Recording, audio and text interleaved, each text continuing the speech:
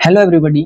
स्वागत है आप सभी का शिक्षा मैटर्स के इस यूट्यूब चैनल पे। आज मेरा पहला वीडियो सेशन है, तो बिना समय बर्बाद किए हुए सीधे इस वीडियो सेशन को स्टार्ट करते हैं। आज के इस वीडियो सेशन में हम सभी बीपीएससी टीआरई 4.0 की चर्चा करेंगे। इस पूरे के पूरे वीडियो सेशन को मैंने टोटल 4 पार्ट्स में डिवाइड किया है, कुल 4 भागों में विभाजित किया है। सबसे पहले भाग में बीपीएससी टीआरई 4.0 का एक मोटा मोटा परिचय देखेंगे। दूसरे भाग में हम सभी बीपीएससी टीआरई 4.0 के लिए शैक्षणिक योग्यता की बात करेंगे। तीसरे भाग में बीपीएससी टीआरई 4.0 के एग्जाम पैटर्न की बात करेंगे, मतलब परीक्षा पद्धति की बात करेंगे। और चौथे और अंतिम भाग में हम सभी बीपीएससी टीआरई 4.0 के लिए एक विस्तृत पाठ्यक्रम की चर्चा करेंगे, एक सिलेबस की चर्चा करेंगे। चलिए सबसे पहले हम सभी पहले भाग की बात करते हैं, बीपीएससी टीआरई 4.0 का एक परिचय देखते हैं। तो टीआरई यानी कि टीचर रिक्रूटमेंट एग्जाम, ये एग्जाम बीपीएससी बिहार लोक सेवा आयोग द्वारा आयोजित की जाती है। अब तक कुल 3 परीक्षाएं इससे पूर्व में आयोजित की जा चुकी हैं, BPSC TRE 1.0, BPSC TRE 2.0 and BPSC TRE 3.0। अब होगी बीपीएससी टीआरई 4.0, जिसकी चर्चा अभी हम लोग कर रहे हैं। देखिए कुल मिलाकर के बीपीएससी टीआरई के लिए बीपीएससी टोटल 4 लेवल्स पर, टोटल 4 स्तरों पर परीक्षा आयोजित करती है। पहले स्तर पर क्लास 1 to 5 के लिए, दूसरे स्तर पर क्लास 6 to 8 के लिए, तीसरे स्तर पर क्लास 9 10th के लिए एंड लास्ट और चौथे स्तर पर क्लास 11 12th के लिए। जो कक्षा 1 से 5 के लिए परीक्षाएं आयोजित की जाती है, वो प्राथमिक विद्यालय के लिए शिक्षक की जो जरूरत होती है उसको ध्यान में रख करके ये परीक्षा आयोजित की जाती है। कक्षा 6 to 8 की बात करें तो मध्य विद्यालय शिक्षकों को ध्यान में रख करके ये परीक्षा आयोजित की जाती है। और कक्षा 9 10th की बात करें तो माध्यमिक विद्यालय शिक्षकों को ध्यान में रखकर ये परीक्षा आयोजित की जाती है। और अगर कक्षा 11 12 की बात करें तो उच्चतर माध्यमिक विद्यालय शिक्षक एवं शिक्षिकाओं को ध्यान में रखकर ये परीक्षाएं आयोजित की जाती है।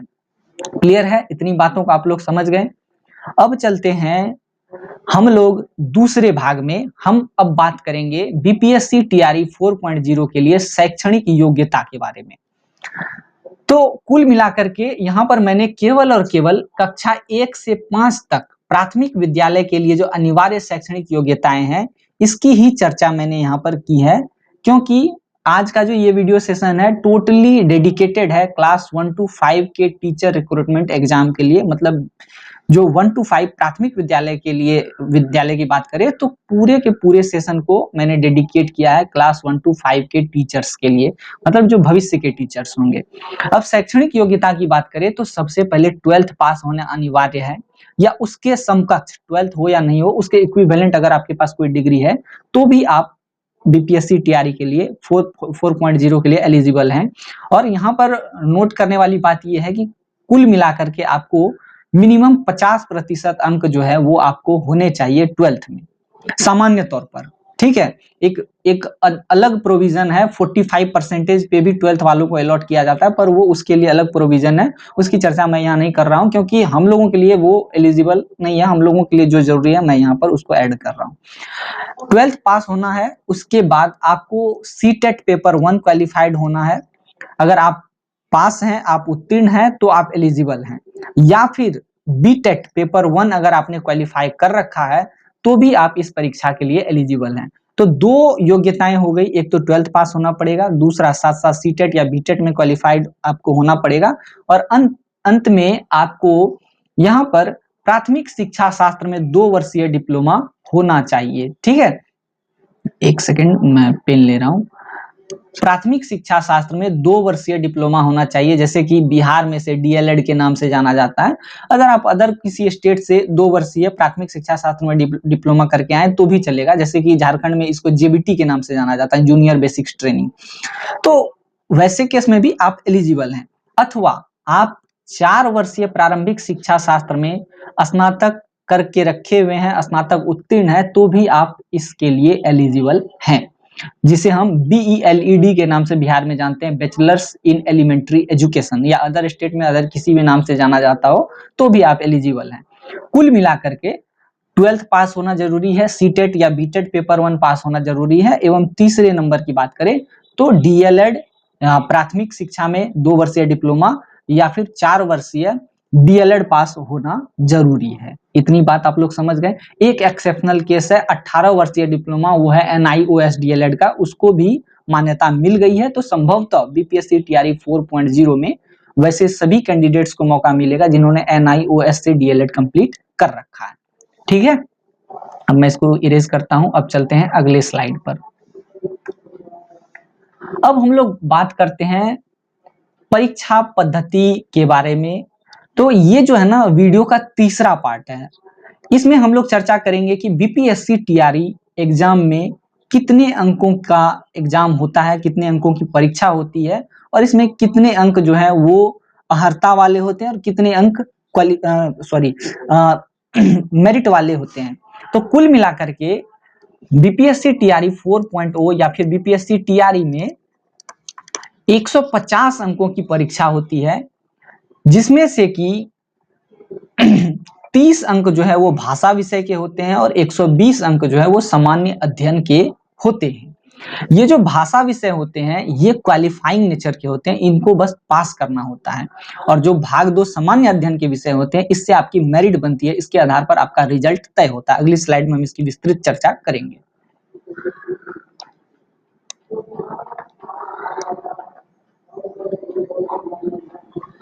ठीक है, ये देखिए, सबसे पहले हम लोग भाग 1 भाषा विषय की बात करते हैं, जो कि 150 में से 30 अंकों की होती है। कितने? 30 अंकों की होती है। इसमें से क्या होता है कि अंग्रेजी विषय के 9 अंक, अंग्रेजी भाषा विषय के 9 अंक अनिवार्य होते हैं। आपको इसमें से कोई कॉम्प्रोमाइज नहीं हो सकता है, आपको इसको एग्जाम में बनाना ही पड़ेगा। ठीक है, उसके बाद जो 21 अंक होते हैं, इसमें ऑप्शन होता है आपके पास। अगर आप हिंदी भाषा से इंटर पास किए हैं, अगर आपका 50 मार्क्स का कम से कम हिंदी आपके इंटर में है, आपके 12th में है, तो आप हिंदी ले सकते हैं। अगर आपने उर्दू से अपने 12th पास कर रखी है, 50 अंक का कम से कम आपका एक उर्दू विषय रहा हो 12th में, तो आप उर्दू ले सकते हैं, या फिर बांग्ला भाषा ले सकते हैं अगर आपके 12th में 50 अंक की कोई भी बांग्ला विषय रही हो। तो फिर आप इस तरीके से 9 अंक अंग्रेजी से और बाकी 21 अंक या तो हिंदी से या तो उर्दू से या फिर बांग्ला से। हिंदी वाले स्टूडेंट हिंदी से ले सकते हैं, उर्दू वाले स्टूडेंट उर्दू से ले सकते हैं, बांग्ला वाले स्टूडेंट बांग्ला से ले सकते हैं। तो कुल मिलाकर के 9 और 21 टोटल हो गए 30। लेकिन ध्यान रहे, इस 30 में से 30% यानी कि 9 अंक आपको लाना अनिवार्य है, तभी आप क्वालिफाई करेंगे, तभी आपकी बाकी 150 में से 120 नंबर की कॉपी चेक होगी।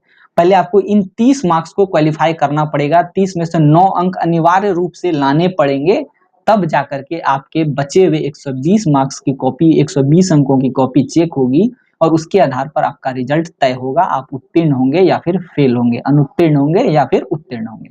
क्लियर है? इतनी बातों को आप लोग समझ गए। अब चलते हैं अगले स्लाइड पे। अब देखिए, भाग 1 में हमने चर्चा कर ली कि 30 अंक होते हैं, 2 भाषा विषय होते हैं, 9 अंक अंग्रेजी में, 21 अंक आपको आपके हिंदी उर्दू या फिर बांग्ला से। अब हम लोग भाग 2 की बात करते हैं। भाग 2 जिसमें 120 अंक होते हैं, जैसे भाग 1 से 30 अंक, भाग 2 से 120 अंक, तो टोटल 150 अंक हो गए ना। टोटल 150 अंकों की परीक्षा, 120 सामान्य अध्ययन का और 30 भाषा विषय का, जिसमें से अंग्रेजी अनिवार्य और फिर ऑप्शनल में उर्दू, हिंदी और बांग्ला। अब 120 अंक में सभी विषय अनिवार्य हैं, इसमें से आप किसी को भी नहीं छोड़ सकते हैं। ठीक है, तो ये है, सबसे पहले है गणित। एक सेकंड, ये क्या हो गया भाई? हाँ, गणित विषय आपको पढ़ना पड़ेगा, ये अनिवार्य विषय है। रीजनिंग या तर्क शक्ति आपको पढ़ना पड़ेगा, ये भी अनिवार्य विषय है। सामान्य विज्ञान आपको पढ़ना पड़ेगा, जिसके अंदर फिजिक्स, केमिस्ट्री, बायोलॉजी, भौतिकी, रसायन शास्त्र, जीव विज्ञान आपको पढ़ना पड़ेगा। पर्यावरण अध्ययन आपको पढ़ना पड़ेगा, साथ में इतिहास पढ़ना पड़ेगा, भूगोल पढ़ना पड़ेगा, थोड़ा बहुत सामाजिक विज्ञान पढ़ना पड़ेगा और करंट अफेयर्स, अभी वर्तमान में जो समसामयिक घटनाएं होंगी उसको आपको पढ़ना पड़ेगा। और इन 120 अंकों के आधार पर ही आपका रिजल्ट तय होगा। क्लियर है? अब आगे बढ़ते हैं। अब ये हम लोग वीडियो के चौथे भाग में प्रवेश कर रहे हैं और ये सबसे इंपॉर्टेंट पार्ट है वीडियो का। ये है हमारा सिलेबस। बीपीएससी टीआरई 4.0 के लिए सिलेबस की बात करते हैं। तो ये रहा पाठ्यक्रम। इसमें सबसे पहला है गणित। ये अनिवार्य है। ये जो अनिवार्य मैं बोल रहा हूं, इसमें आपको सबको पढ़ना ही पड़ेगा, तभी आपका रिजल्ट क्लियर हो सकेगा। देखिए गणित के सिलेबस की बात करें तो सबसे पहले प्रतिशतता मतलब परसेंटेज आपको आना चाहिए। ये देखिए ये जो सिलेबस मैंने तैयार किया है बेसिकली पॉइंट ये है कि बीपीएससी अपनी तरफ से टीआरई के लिए कोई भी एक विस्तृत सिलेबस जारी नहीं करती है। इसीलिए मैंने पिछली 3 परीक्षाओं BPSC TRE 1.0, BPSC TRE 2.0 and BPSC TRE 3.0 के आधार पर इस पूरे के पूरे सिलेबस को तैयार किया है। अगर आप लोग इसको ध्यान से सुनते हैं समझते हैं तो आप लोगों का फायदा होगा। सबसे पहले आपको गणित में प्रतिशतता को पढ़ना पड़ेगा, परसेंटेज को पढ़ना पड़ेगा। दूसरा लाभ हानि। तीसरे नंबर पे ब्याज आपको पढ़ना पड़ेगा। ब्याज 2 तरीके से, एसआई साधारण ब्याज, सीआई कंपाउंड इंटरेस्ट मतलब चक्रवृद्धि ब्याज आपको पढ़ना पड़ेगा। समय तथा कार्य, इसमें 2 भाग, एक तो सामान्य समय तथा कार्य और दूसरा आपको नल एवं टंकी पढ़ना पड़ेगा, पाइप एंड सिस्टर्न। पेज पर आधारित प्रश्न भी आपको पढ़ने पड़ेंगे। ठीक है। संख्या पद्धति, नंबर सिस्टम, इसमें कई सारे चैप्टर्स हैं जैसे एचसीएफ, एलसीएम, डिविजिबिलिटी रूल, विभाजकता के नियम, उसके बाद सर्ड एंड इंडेक्स, घातांक एवं करनी, ये सब आपको संख्या पद्धति के अंदर पढ़ना पड़ेगा। समय, चाल तथा दूरी पढ़ना पड़ेगा और औसत पढ़ना पड़ेगा और साथ साथ ज्यामिति, ज्योमेट्री, 2D एवं 3D। 2D 3D मतलब ज्यामिति के अंदर ही क्षेत्रमिति आती है, लाइन्स एंड एंगल्स आते हैं, रेखा एवं कोण आदि, वो सब आपको पढ़ने पड़ेंगे। इतनी बातें तो आप लोग समझ गए। इसमें से कुछ इंपॉर्टेंट टॉपिक्स हैं जो मैं यहाँ इंपॉर्टेंट मार्क कर रहा हूँ क्योंकि इससे ज्यादा प्रश्न जो है बीपीएससी टीआरई 1.0, 2.0 और 3.0 में पूछे गए। सबसे पहले इसको मार्क कीजिए, प्रतिशतता को, लाभ हानि को, ब्याज को, उसके बाद संख्या पद्धति को और साथ में ज्यामिति को। ये 3, 2, 5 टॉपिक्स काफी इंपॉर्टेंट है। इससे बहुत ज्यादा प्रश्न आपको पूछे गए हैं गणित में बीपीएससी टीआरई 1.0, 2.0 और 3.0 में, संभवतः 4.0 में भी इनसे प्रश्न रहेंगे। ठीक है, इतनी बातों को आप लोग समझ गए। और मैं आप लोगों को बता दूं, यहाँ मैं एक चीज और नोट कर देता हूं कि 120 मार्क्स में से लगभग 18 मार्क्स के क्वेश्चन गणित से आते हैं या टीआरई 1.0, 2.0 और 3.0 में आए हैं। लगभग 18 से 20 मार्क्स के क्वेश्चन आए हैं। तो ये एक मोटा मोटा अच्छा खासा सेक्शन है जिसको आप लोगों को पढ़ना पड़ेगा। ठीक है, अब आगे बढ़ते हैं अगली स्लाइड में। अगली स्लाइड में है रीजनिंग का एक मोटा मोटा पाठ्यक्रम। रीजनिंग अर्थात तर्क शक्ति परीक्षण, लेटर व number series, symbol series, coding decoding, blood relation, दिशा, एक सेकंड दोस्तों sorry, verbal reasoning, seating arrangement. तो टोटल इतने सिलेबस जो हैं वो रीजनिंग के अंदर आते हैं। इसको आपको कवर करना पड़ेगा। इसमें से भी मैं आप लोगों को इंपॉर्टेंट मार्क करके बता रहा हूं कि किससे सबसे ज्यादा प्रश्न पूछे गए हैं पिछली परीक्षाओं में। लेटर और नंबर सीरीज से प्रश्न पूछे गए हैं, ब्लड रिलेशन रक्त संबंध से प्रश्न पूछे गए हैं और वर्बल रीजनिंग से बहुत ज्यादा प्रश्न पूछे गए हैं। तो संभवतः टीआरई 4.0 में भी इससे बहुत ज्यादा प्रश्न पूछने की संभावना है। ठीक है, क्लियर है।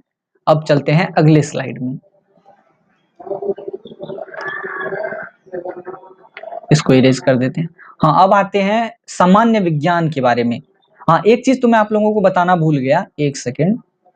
ये जो रीजनिंग है ना, इससे भी लगभग 18 से 20 प्रश्न पूछे गए हैं पिछली परीक्षाओं में। जैसे 120 में से मान लीजिए 20 मैथ्स में चले गए, 20 छोड़िए 18 मैथ्स में चले गए और उसके बाद 18 रीजनिंग में चले गए, 18 गणित में, 18 तर्क शक्ति में, टोटल 36 मार्क्स, 36 अंक आपके केवल इस 2 सब्जेक्ट से रहेंगे। तो आप लोग ये मान करके चलिए कि इन 2 सब्जेक्ट्स को छोड़ना काफी मूर्खता होगी, बड़ी मूर्खता होगी।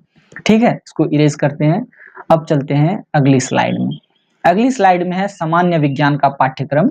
सामान्य विज्ञान में कुल 3 विषय लिए गए हैं, भौतिकी, रसायन शास्त्र और जीव विज्ञान। भौतिकी की बात करें तो इसमें सबसे अधिक प्रश्न ऊष्मा से और प्रकाश से पूछे गए हैं। प्रकाश से सबसे ज्यादा प्रश्न पिछली परीक्षाओं में मैंने देखे हैं। उसके बाद रसायन विज्ञान की बात करें तो इसमें आपको सबसे ज्यादा प्रश्न अम्ल, क्षार और लवण से पूछे गए हैं और उसके बाद आपको आवर्त सारणी से प्रश्न पूछे गए हैं और धातु अधातु से प्रश्न पूछे गए हैं। तो कुल मिलाकर के ये रहा फिजिक्स और केमिस्ट्री का सिलेबस। अगली स्लाइड में हम लोग बायोलॉजी का सिलेबस देख लेते हैं। ये रहा बायोलॉजी का सिलेबस। तो बायोलॉजी के सिलेबस की बात करें तो इसमें पौधे, जीव जंतु, मानव अंग प्रणाली, विटामिन और खनिज। और इनमें से ये वाले जो दो मेन है, मानव अंग प्रणाली मतलब ह्यूमन ऑर्गन सिस्टम, जैसे कि skeleton system, nervous system, circulatory system, respiratory system, श्वसन तंत्र, उसके बाद प्रजनन तंत्र, उसके बाद आप लोगों को भोजन तंत्र। तो कुल मिलाकर के इससे सबसे ज्यादा प्रश्न पूछे गए हैं। इसके बाद पर्यावरण की बात करें, पर्यावरण सब्जेक्ट एक स्पेशली आप लोगों के सिलेबस में मेंशन किया हुआ है। तो पर्यावरण में सबसे ज्यादा प्रश्न जैव मंडल से पूछे गए हैं। जैसे जैव मंडल से प्रश्न इस तरीके से पूछे गए हैं कि प्राथमिक उपभोक्ता कौन है, द्वितीयक उपभोक्ता कौन है, ये सब प्रश्न जो है आप लोगों को पूछे गए हैं। ठीक है, जंगल से भी कुछ प्रश्न हमें देखने को मिले हैं। क्लियर कर देते हैं इस स्लाइड को, अगली स्लाइड में चलते हैं। अब है इतिहास का पाठ्यक्रम। मोटा मोटा अगर हम इतिहास की बात करें, अरे भाई ये क्या हो रहा है, देखिए इतिहास में है ना, कुल मिलाकर के सबसे अधिक प्रश्न या फिर सिलेबस में, जो कि एक छोटा सा सिलेबस नहीं, बीपीएससी ने अपने नोट में लिख रखा है कि इतिहास में आधुनिक भारतीय आंदोलन, भारतीय राष्ट्रीय आंदोलन से सबसे ज्यादा प्रश्न पूछे जाएंगे और पूछे भी गए हैं। और तो कुल मिलाकर के हम कह सकते हैं कि मॉडर्न इंडिया आधुनिक भारतीय इतिहास से सबसे ज्यादा प्रश्न पूछे गए। उसमें से भी 1857 के विद्रोह या फिर जो जनजातीय विद्रोह है या उसके बाद की जितनी घटनाएं हैं और भारतीय राष्ट्रीय आंदोलन, इससे प्रश्न पूछे गए हैं, आगे भी पूछे जाएंगे। इसके सिलेबस में केवल इतना मान लीजिए 1857 का विद्रोह, 1857 के विद्रोह की बाद की घटना है, भारतीय राष्ट्रीय आंदोलन। भारतीय राष्ट्रीय आंदोलन में आप लोग इसको पढ़ सकते हैं, जैसे कि भारत छोड़ो आंदोलन, असहयोग आंदोलन, उसके बाद आप लोग सविनय अवज्ञा आंदोलन, उसके बाद स्वराज पार्टी वगैरह की स्थापना, ये सब प्रश्न पूछे गए हैं। ठीक है, अब देखिए सामाजिक विज्ञान में जो है ना, भारत और उसके जो पड़ोसी देश हैं उसकी थोड़ी बहुत चर्चा होती है और एक दो प्रश्न पूछे गए हैं। और राजनीति शास्त्र, सामाजिक विज्ञान के अंदर ही राजनीति शास्त्र पॉलिटी आता है, तो इंडियन पॉलिटी से बीपीएससी टीआरई 3.0 में 3 प्रश्न पूछे गए थे। ज्यादा प्रश्न नहीं आते हैं इससे। ठीक है, फिर भी जो एक दो आते हैं तो थोड़ा बहुत देखना पड़ेगा। हालांकि इसको आप निगलेक्ट भी कर सकते हैं राजनीतिक शास्त्र को, क्योंकि मैथ से 18 ले लिए मैंने, रीजनिंग से 18 ले लिए तो 36 हो गए। ठीक है, और आपको ये साइंस से लगभग 20 क्वेश्चन के आसपास रहते हैं। ठीक है, तो 36 20 56 हो गए, 56 इधर से हो गया। इतिहास से लगभग 10 प्रश्न रहता है तो 66 हो गया। ठीक है, 10 नहीं, 10 से ज्यादा ही रहता है, लगभग 15 के आसपास रहता है, 10 से 15 के आसपास इतिहास से प्रश्न रहते हैं। ठीक है, तो कुल मिलाकर के अभी तक हम लोगों ने 70 अंक की चर्चा कर ली है। अब चलते हैं अगली स्लाइड में। अब भूगोल के पाठ्यक्रम की बात करते हैं। तो भूगोल में भौतिक भूगोल हमें पढ़ना होगा, मानव भूगोल पढ़ना होगा, स्पेशली भारत का भूगोल पढ़ना होगा। भौतिक भूगोल में हमें जलमंडल पढ़ना होगा, जलमंडल जैसे कि सागर महासागर वगैरह के बारे में पढ़ना होगा, स्थल मंडल, भूमि वगैरह के बारे में पढ़ना होगा, जमीन जंगल ये सब हम लोगों को पढ़ना होगा, वायुमंडल, इसमें क्षोभ मंडल, समताप मंडल, मध्य मंडल वगैरह ये सब पढ़ना होगा। इससे प्रश्न पूछे गए। और सबसे मोस्ट इंपोर्टेंट, ज्वालामुखी तथा भूकंप से हर टीआरई में, टीआरई 1.0, 2.0 और 3.0 में सब में प्रश्न पूछे गए हैं। तो इसलिए एक मोस्ट इंपोर्टेंट टॉपिक मार्क कर सकते हैं इसको आप।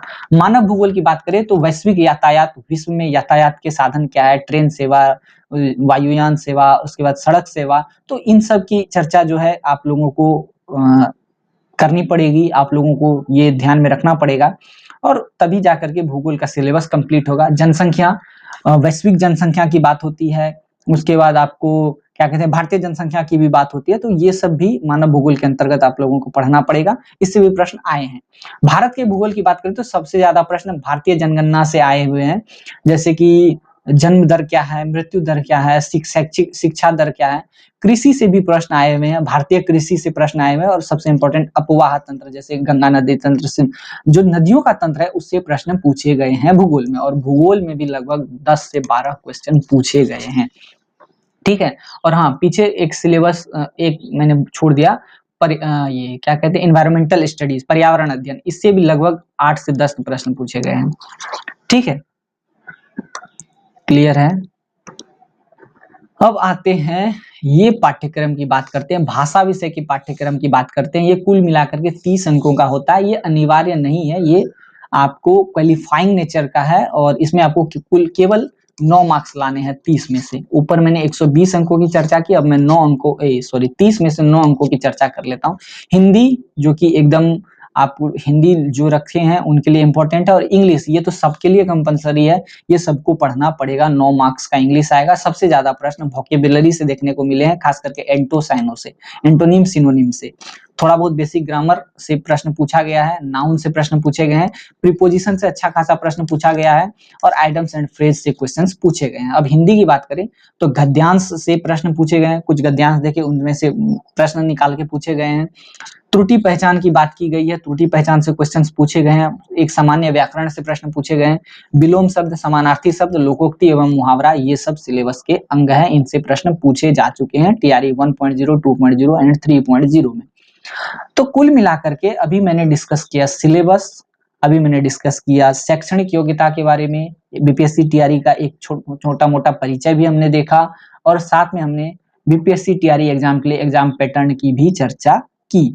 तो आज के वीडियो में बस इतना ही। मैं आशा करता हूँ कि ये वीडियो सेशन आप लोगों को अच्छा लगा होगा। अगर अच्छा लगा है तो आप लोग इस वीडियो को लाइक करें, शेयर करें और चैनल को सब्सक्राइब जरूर करें। Bye bye.